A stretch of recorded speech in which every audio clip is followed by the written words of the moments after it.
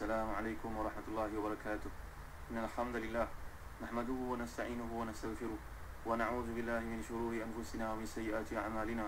من يهده الله فلا مضل له ومن يضلل فلا هادي له وأشهد أن لا إله إلا الله وحده لا شريك له وأشهد أن محمدا عبده ورسوله. يا أيها الذين آمنوا اتقوا الله حق تقاته ولا تموتن إلا وأنتم مسلمون. يا أيها الناس اتقوا ربكم الذي خلقكم من نفس واحدة وخلق منها زوجها وبث منهما رجالا كثيرا ونساء واتقوا الله الذي تساءلون به والأرحام إن الله كان عليكم رقيبا. يا أيها الذين آمنوا اتقوا الله وقولوا قولا سديدا يصلح لكم أعمالكم ويغفر لكم ذنوبكم ومن يطع الله ورسوله فقد فاز فوزا عظيما. أما بعد. Saudara Nabi bersama Hadi Syarudin, saya mendengar yang dimuliakan Allah sekalian. Alhamdulillah, syukur kita kepada Allah Subhanahu wa taala. Kita masih lagi membincangkan ayat ke-132 daripada surah Taubah. Itulah firman Allah Subhanahu wa taala, A'udzu billahi minasyaitonir rajim. Wa ma kana al-mu'minuna liyanfiru kaffah falawla nafara min kulli firqatin minhum ta'ifatun liyatafaqahu fid-din wa liyunziru qaumahum idza raja'u ilaihim la'allahum yahdharun. Tidak sepatutnya bagi kaum mukminin itu pergi semuanya ke medan perang. Mengapa tidak pergi dari tiap-tiap golongan di antara mereka beberapa orang untuk memperdalami pengetahuan mereka tentang agama dan untuk memberi peringatan kepada kaumnya bila mereka telah kembali kepadanya, supaya mereka mendapat menjaga diri mereka masing-masing.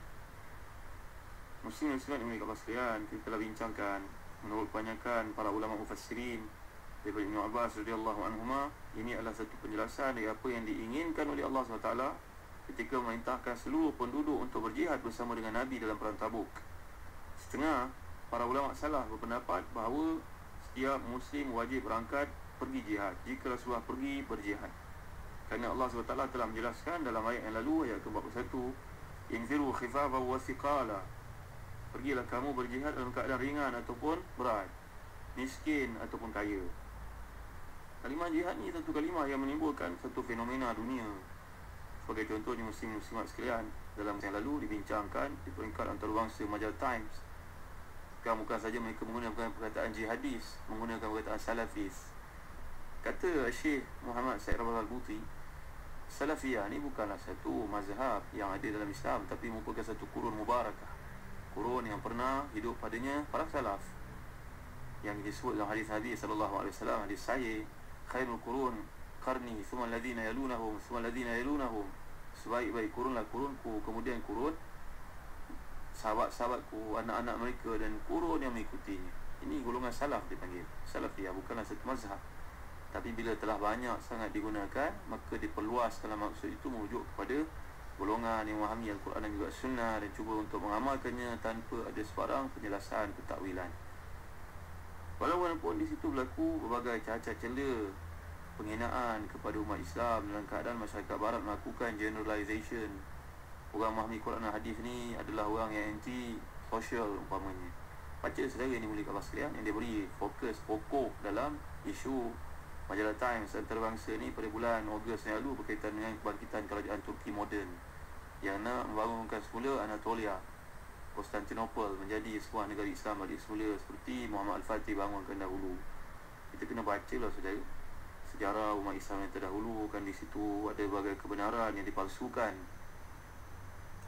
Muslim-muslimat ini muliakan Allah sekalian. Jadi kita sedang membincangkan tentang satu perkara yang penting yang ditekankan oleh Allah SWT, iaitu perkataan tafaqquh. Kata Al-Imam Al-Baghawi dalam tafsirnya, tafsir dipanggil sebagai Ma'anil Tanzil, di sini ada beberapa riwayat berkaitan dengan gesaan yatafaqahu yang Allah SWT kehendaki menerusi ayat yang ke-122 ini. Yatafaqahu fid din wa liyunziru qaumahum idza raja'u ilaihim la'allahum yahdharun. Perkataan tafaq yang telah kita jelaskan dalam kuliah yang terdahulu adalah fiqih, belajar artinya. Ia bukanlah satu ilmu yang bersifat dalam kata dikurniakan Allah Subhanahu wa taala tanpa usaha untuk mempelajarinya. Kita harus faham dalam Islam ni dunia hanya kurniaan Allah Subhanahu wa taala kepada para nabi dan para rasul sahaja. Pernah kita kupas perkara ini dalam surah Al-Kahfi yang lalu. Wa'lamnahu min ladunna ilma, kami kurniakan kepadanya ilmu laduni. Jangan ada di kalangan kita yang mendakwa bahawa saya dapat ilmu laduni, artinya duduk betapa dapat ilmu laduni. Ini bukan laduni, saudara yang dimuliakan Allah sekalian, ilmu yang menyesatkan. Kalau peluang bacalah buku yang bertajuk Nabi Khidir di sebalik tabir laduni. Kisah yang berkaitan Nabi Khidir ni, yang bukunya menampakkan lukisan pokok yang menghijau di hadapan, di atas sifat Nabi Khidir yang memiliki perkataan ikhdirar ataupun khudrah yang merujuk kepada kehijauan. Dan Nabi Khidir ni telah pun minum air kehidupan, menyebabkan Allah SWT kurniakan kepadanya umur ekstra, umur yang panjang. Pernah kita huraikan sedikit perkara ini berkaitan dengan pertemuan Nabi Musa dan Nabi Khidir dalam surah Al-Kahfi yang lalu. Jadi ilmu yang dikurniakan Allah SWT kepada orang-orang beriman, kepada orang Islam, kata Imam Al-Baghawi dalam tafsirnya, perkataan tafaqquh merujuk kepada belajar dengan belajar ilmu Al-Quran, belajar ilmu sunnah, belajar faraid, belajar ahkam. Kemudian bila mereka pergi ke mana sahaja pun, mereka akan dapat membawa imej yang benar dalam Islam itu sendiri. Contohnya kehidupan para sahabat, para tabi'i. Kali yang saya nak bawakan kepada para pendengar yang dimuliakan Allah sekalian pada kali ini adalah kisah tentang seorang tentera Islam, mujahid Islam, tabi'i yang jalil, yang hebat. Namanya muslimat yang dimuliakan Allah sekalian. Kalau kita lihat, Amir bin Abdullah At-Tamimi. Amir bin Abdullah At-Tamimi ini merupakan seorang tabi'i yang hebat, yang berasal dari Najd. Bila berlaku pembukaan kerajaan Islam di negara namanya Basrah, maka tabi'i yang hebat ni telah pergi ke sana untuk belajar dengan para sahabat yang tinggal. Tabi'i maknanya orang yang hidup pada zaman sahabat, masuk Islam, belajar dengan para sahabat, bertemu dengan para sahabat, belajar dengan mereka dan mati dalam keadaan Islam. Salah seorang daripadanya Amir bin Abdullah Tamimi. Ain alif mim ra. Berkata Al-Qama bin Marsid, intah az-zuhd ila thamaniya fi muqaddimatihim Amir bin Abdullah Tamimi. Zuhud ini terletak pada 8 orang, dan ketuanya adalah Abdullah Amir bin Abdullah Tamimi. Ini kisah tentang seorang tabi'i yang menghimpunkan pengetahuan yang mendalam terhadap Islam dan juga jihad. Beliau pergi ke Basrah yang pada waktu itu di bawah pimpinan kerajaan Islam yang baru dibuka, di bawah pimpinan governor yang diutuskan oleh Umar Khattab radhiyallahu anhu Al-Faruq. Nama sahabat Nabi yang terkemuka ni Abu Musa Al-Asy'ari radhiyallahu anhu warda.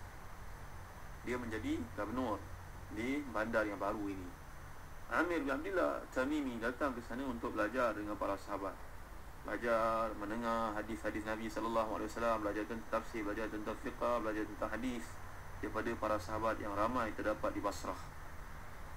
Bila berlaku perangan muslim-muslimat ini dimuliakan Allah sekalian, pergilah mujahid yang hebat ni, tabi'i yang hebat ini untuk menyertai bersama-sama tentera Islam. Menjelang waktu malam, dia akan masuk dalam Ghaidah. Ghaidah ni adalah belukar, kawasan yang penuh dengan pokok-pokok. Masuk, mengikat untanya ataupun kudanya, bagi makan secukupnya, dan dia masuk mengasingkan diri, menguzlahkan dirinya dalam kawasan yang jauh dari perhatian orang. Kata seorang pemerhati di kalangan tentera seperti disebut oleh Imam Az-Zahabi dalam Siyar A'lamin Nubala, merhatikanlah seorang tentera daripada penduduk Basrah yang ditugaskan apa kelakuan orang yang masuk dalam belukar seorang diri ini. Rupa-rupanya bila dia masuk saja dalam kawasan mencari arah kiblat, dia pun sembahyang. Ya Allah, tak pernah lama ra'aitu ahsani salatihi wala akmala wala akhsha'. Saya tidak pernah melihat orang lebih baik sembahyangnya, lebih panjang, lebih sempurna, lebih khusyuk daripada beliau. Dia sembahyanglah sampailah yang merhatikan dia mengerti, dia tertidur. Bila tertidur, dia bangkit semula, tengok masih lagi hamba Allah ni Amir bin Abdullah Tamimi masih lagi sembahyang. Maka tidur lagi, bangkit, tengok masih lagi sembahyang. Akhirnya dia mendengar doa daripada Amir bin Abdullah Tamimi ini. Muslim-muslimat sekalian, dia menghimpunkan kefahaman tentang jihad yang benar dan amalannya, ilmu yang hebat dan juga perjuangan.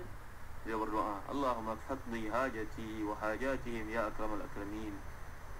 Allahumma hadha kad asbah as-subuh wa tafiqa an-nas yaghdun wa yar'un wa yabtaghuna min fadlik wa inna likulli minhum hajatan. Allahumma faqdi hajati wa hajatihim ya akramal akramin. Ya Allah, dah masuk waktu subuh, orang semua akan mula bekerja mencari kelebihan yang Kau kurniakan. Setiap mereka ada hajat. Hajat aku di sisimu adalah agar diampunkan dosa-dosaku yang lalu. Tunaikanlah hajat ini ya Allah, dan hajat sekalian orang Islam, muslim-muslimat yang dimuliakan Allah sekalian.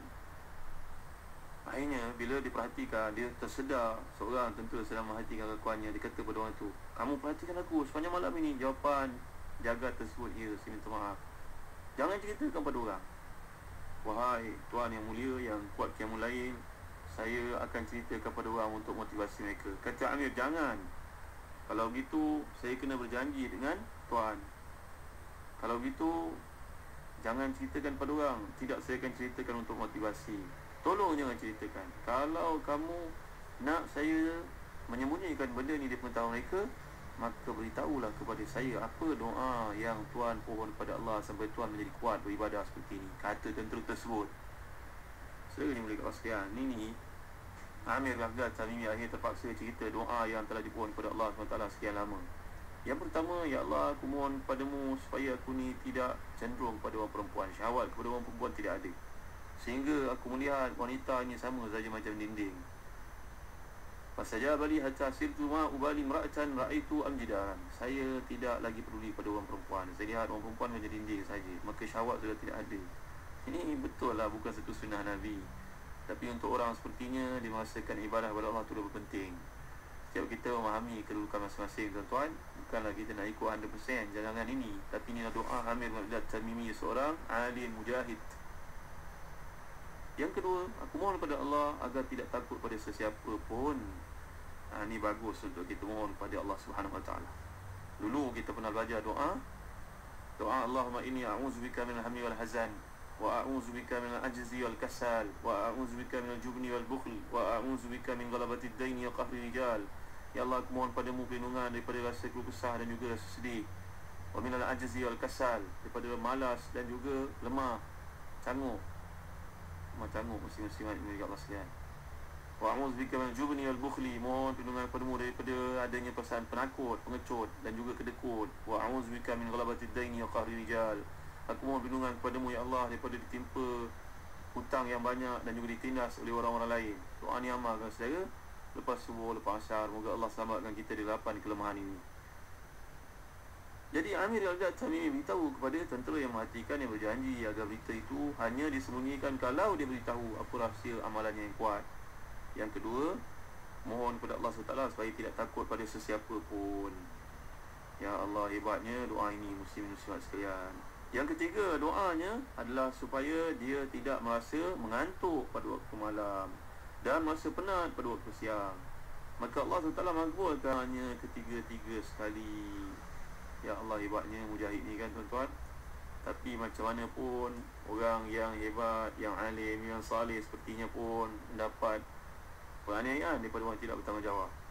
Kisah ni muslim-muslimat sekalian, dia tidak pernah ketinggalan satu medan jihad pun. Cuma pada satu ketika dia seorang yang alim, yang dihormati, ada kuliah ilmu, menyampaikannya di masjid di Basra. Tiba-tiba adalah orang yang tidak mengenalinya. Yang tidak mengenalinya merupakan ketua pegawai keselamatan pada waktu itu. Kalau kita nak anggap polis dah sekian, muslim-muslimat, ini mulia Allah. Sehingga pada satu hari bila dia melihat seorang polis sedang menganiaya seorang zimmi. Zimmi ni maknanya seorang Kristian yang duduk dalam negara umat Islam. Dia panggil ahlu zimmah. Maka bila polis ni menganiaya ahlu zimmah tersebut, maka ahlu zimmah ataupun zimmi ni minta pertolongan. Bukankah orang Islam, tolong aku dianiaya ni. Bukankah Rasul kamu telah bersabda mengatakan bahawa siapa yang menyakiti zimmi, semua yang menyakiti aku. Rasul kamu menyatakan seperti itu. Hari ni aku telah dianiaya, tolonglah aku. Amir Baghdad Tamimi ni melihat benda tu menyayat hati. Dipukul orang tu, dianiaya oleh seorang Islam walaupun ada jawatan dalam kerajaan. Amir Baghdad Tamimi ni muslim-muslimat sekalian, dia cuba untuk selamatkan. Dia tanya kepada orang itu, adakah kamu tidak bayar jizyah? Saya bayar. Adakah kamu hutang tidak bayar? Tidak ada masalah. Cuma dia telah paksa saya untuk bekerja di satu tempat dengan gaji yang murah, padahal saya sudah ada pendapatan sendiri. Dipaksa saya untuk buat kerja itu. Maka muslim-muslimat sekalian, Amir Baghdad Tamimi ini mujahid tabi'i yang hebat. Beliau telah pun menghalang polis tersebut daripada tindak zalim kepadanya. Lalu semua penduduk Basra yang melihat tuan guru membantu seorang Kristian, maka mereka pun menyokong sama-sama. Akhirnya polis ini malu. Dia telah pun menghantar berita palsu, laporan palsu kepada Sayyidina Uthman bin Affan radhiyallahu anhu yang menjadi khalifah umat Islam di Madinah. Saya dimulai kat sekalian, kisahnya saya bawa nak beri kefahaman kepada para pendengar sekalian tentang kefahaman ilmu ni diselaraskan dengan tuntutan dalam kehidupan yang banyak. So kita lihat dinasti umat Islam yang awal, mereka ni cemerlang. Dia buat dua-dua sekali, ilmu ada, amalan pun ada. Tapi bila zaman kerajaan Islam Osmaniyah lemah, orang semua lari masuk industri untuk mengelakkan diri terlibat dalam jihad. Ilmu tu hanya dibukukan di kepala saja, terkongkong, terpenjara dalam minda saja, tidak dapat diperluaskan penghayatannya kepada umum. Maka itulah yang berlaku kepada Islam di zaman kelemahan mereka, maka tamadun Islam pun jatuh.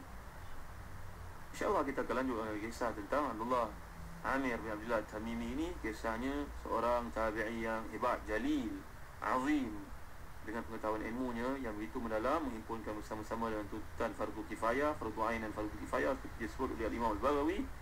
InsyaAllah dalam kuliah akan datang kita akan lanjutkan. Allahu a'lam wa sallallahu ala sayyidina Muhammad wa ala alihi wa sahbihi wa baraka wa sallam.